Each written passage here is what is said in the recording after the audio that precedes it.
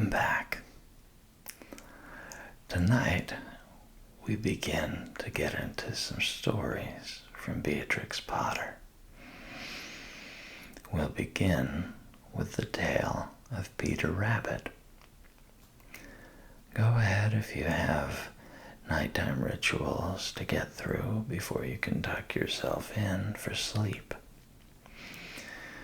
I'll be going at an easy pace, and this will be a shorter story than our norm. About this book, the story of naughty Peter Rabbit in Mr. McGregor's garden first appeared in a picture letter Beatrix Potter wrote to Noel Moore, the young son of her former governess, in 1893. Encouraged by her success in having some greetings card designs published, Beatrix remembered the letter 7 years later and expanded it into a little picture book with black and white illustrations. It was rejected by several publishers, so Beatrix had it printed herself to give to family and friends. About this time, Frederick Warne agreed to publish the tale if the author would supply colored pictures, and the book finally appeared in 1902, priced at 1 shilling, 5 pence. It was an instant success and has remained so ever since. It has a pacey story with an engaging hero, an exciting chase, and a happy ending, matched with exquisite illustrations. And the result is a children's classic whose appeal is ageless. The Tale of Peter Rabbit. Once upon a time, there were 4 little rabbits, and their names were Flopsy, Mopsy, Cottontail, and Peter. They lived with their mother in a sandbank, underneath the root of a very big fir tree. "Now, my dears," said old Mrs. Rabbit one morning, "you may go into the fields or down the lane, but don't go into Mr. McGregor's garden. Your father had an incident there. He was put in a pie by Mrs. McGregor. Now run along, and don't get into mischief. I am going out." Then old Mrs. Rabbit took a basket and her umbrella and went through the wood to the baker's. She bought a loaf of brown bread and 5 currant buns. Flopsy, Mopsy, and Cottontail, who were good little bunnies, went down the lane to gather blackberries. But Peter, who was very naughty, ran straight away to Mr. McGregor's garden and squeezed under the gate. First, he ate some lettuces and some French beans, and then he ate some radishes. And then, feeling rather sick, he went to look for some parsley. But round the end of a cucumber frame, whom should he meet but Mr. McGregor? Mr. McGregor was on his hands and knees planting out young cabbages, but he jumped up and ran after Peter, waving a rake and calling out, "Stop, thief!" Peter was most dreadfully frightened. He rushed all over the garden, for he had forgotten the way back to the gate.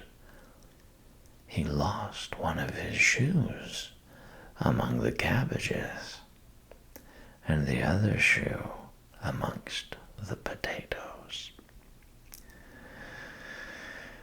After losing them, he ran on 4 legs and went faster, so that I think he might have got away altogether if he had not, unfortunately, run into a gooseberry net and got caught by the large buttons on his jacket. It was a blue jacket with brass buttons, quite new.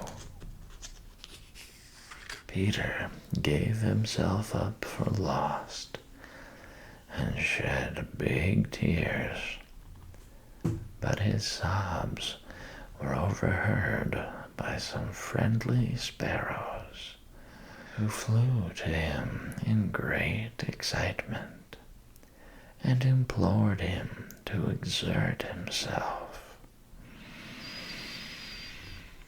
Mr. McGregor came up with a sieve, which he intended to pop upon the top of Peter, but Peter wriggled out just in time, leaving his jacket behind him, and rushed into the tool shed and jumped into a can. It would have been a beautiful thing to hide in if it had not had so much water in it. Mr. McGregor was quite sure that Peter was somewhere in the tool shed, perhaps hidden underneath a flower pot. He began to turn them over carefully, looking under each. Presently, Peter sneezed. Kerchoo! Mr. McGregor was after him in no time, and tried to put his foot upon Peter, who jumped out of a window, upsetting 3 plants. The window was too small for Mr. McGregor, and he was tired of running after Peter. He went back to his work. Peter sat down to rest. He was out of breath and trembling with fright, and he had not the least idea which way to go. Also, he was very damp with sitting in that can. After a time, he began to wander about, going lippity-lippity, not very fast, and looking all around. He found a door in a wall, It was locked, and there was no room for a fat little rabbit to squeeze underneath. An old mouse was running in and out over the stone doorstep, carrying peas and beans to her family in the wood. Peter asked her the way to the gate, but she had such a large pea in her mouth that she could not answer. She only shook her head at him. Peter began to cry. Then he tried to find his way straight across the garden. But he became more and more puzzled. Presently, he came to a pond where Mr. McGregor filled his water cans. A white cat was staring at some goldfish. She sat very, very still. But now and then the tip of her tail twitched as if it were alive. Peter thought it best to go away without speaking to her.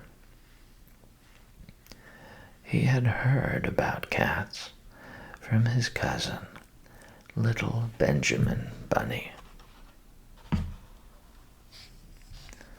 He went back towards the tool shed, but suddenly, quite close to him, he heard the noise of a hoe. Scritch, scratch, scratch, scritch. Peter scuttered underneath the bushes.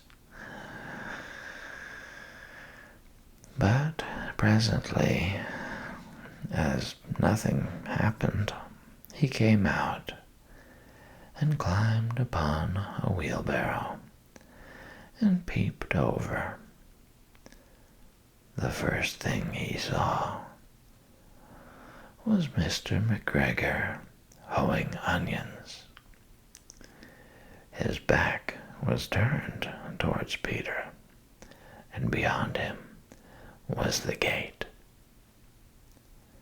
Peter got down very quietly off the wheelbarrow and started running as fast as he could go along a straight walk behind some black currant bushes.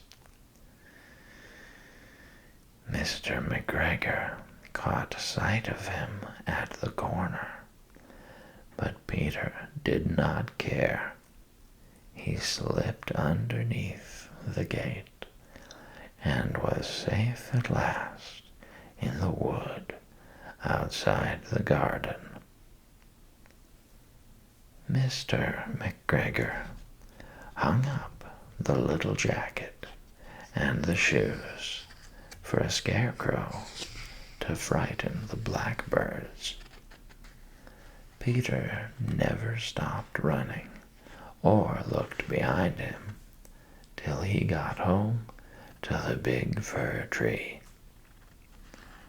He was so tired that he flopped down upon the nice soft sand on the floor of the rabbit hole and shut his eyes.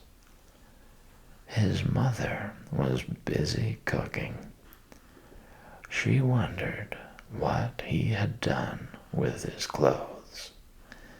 It was the second little jacket and pair of shoes that Peter had lost in a fortnight.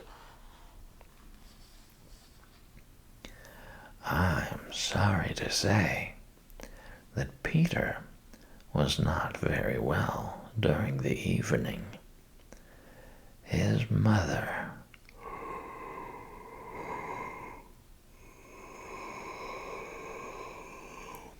put him to bed and made some chamomile tea, and she gave a dose of it to Peter. 1 tablespoonful to be taken at bedtime. But Flopsy, Mopsy, and Cottontail had bread and milk and blackberries for supper. The end.